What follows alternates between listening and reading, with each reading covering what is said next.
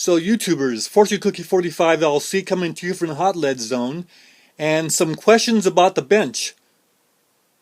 The bench is a foundation for our reloading room, and this is my own design, but you can design your own. And what it is two of these 6 feet long, 30-inch deep, and they're 1 1/8 thick press board.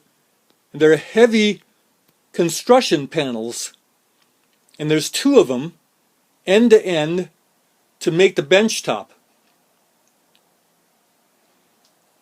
And I recommend a nice long bench that gives you lots of room because you're going to need it. Now the height of the bench should be just above the fullest part of your hip when you're standing up. So stand up, find the fullest part of your hip, and go about 1.5 inches above that. And that's how tall your bench should be. Now I don't like overhangs on my reloading bench top. So I want the bench top to be flush with the support for the bench. And what makes the support is, again, you know how high it should be. We use 4x4s with a 2x4 bridging over the top of the 4x4s. And that supports the bench top. And it's level. Now to give sheer support for the foundation of the bench, we have more 2x4s that are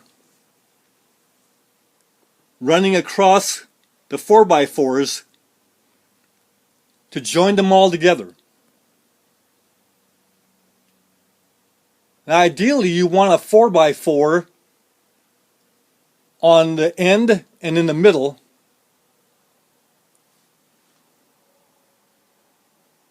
So you see here there's a support, and a support.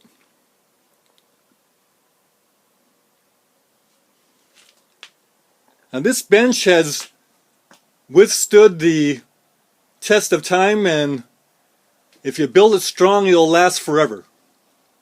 And you want it to be rock solid.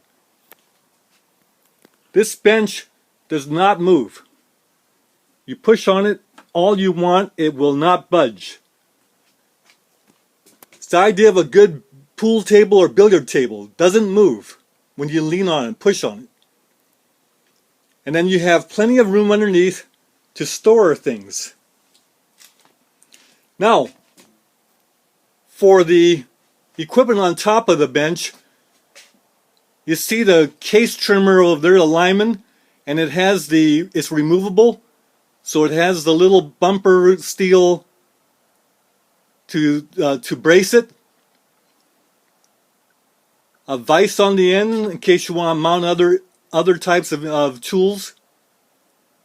The Lack Miller primer seater, RCBS Sizer lubricator.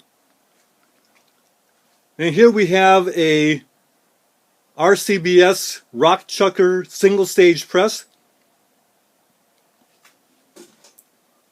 2 Dillon 550Bs. One for large pistol or large primers, and the other for small primers, either pistol or rifle. Then in the middle we have here a Lee Classic Cast Press single stage.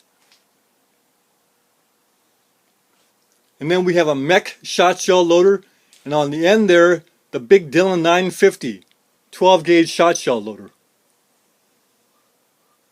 with the electric case feed.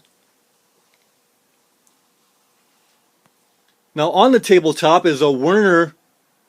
It's kind of like a large step stool, but it'll support 350 pounds, and it gives me a working shelf and a support for lights, powder measures, and an electric outlet, a long electric outlet that goes all the way across it. Underneath we have lights and storage.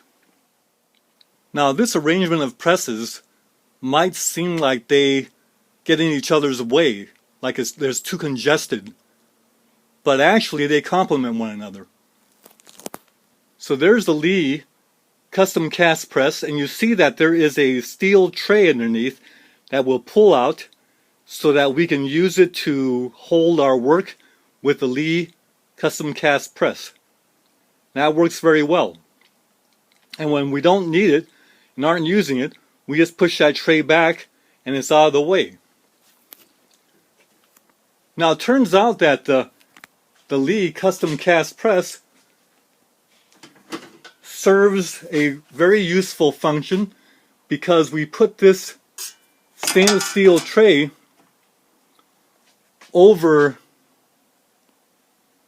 that, and you see the knob of the custom cast press actually helps support this along with here and there, and now we have a nice platform that's stable, that we can put a container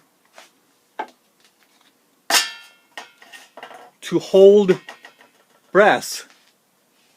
And this is very good to feed the brass into the 550, operate the 550 and have a nice brass container to supplement the bullet feeder on the other side. Now the loaded rounds fall into the hopper, and when it's time to change the hopper, this lifts off and we change the hopper. So this works very well. Now conversely, for the second Dillon 550B, we have a stand here made out of wood that will support our bullet tray. And then on the other side, here's our hopper for the loaded rounds, and we have another stand that supports the brass container. Again, it's just about the level where our hand is operating the operating handle for the Dillon 550B, and when we want to get brass, we just simply go right over, and it takes a little bend of the wrist. We pick up the brass and put it into the machine, into the press. So that works very well to load small pistol, small rifle.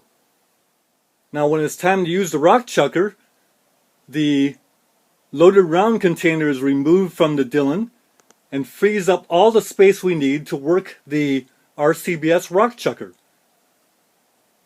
And we can do this seated or standing. And there's plenty of room on both sides for the rock chucker to do its work.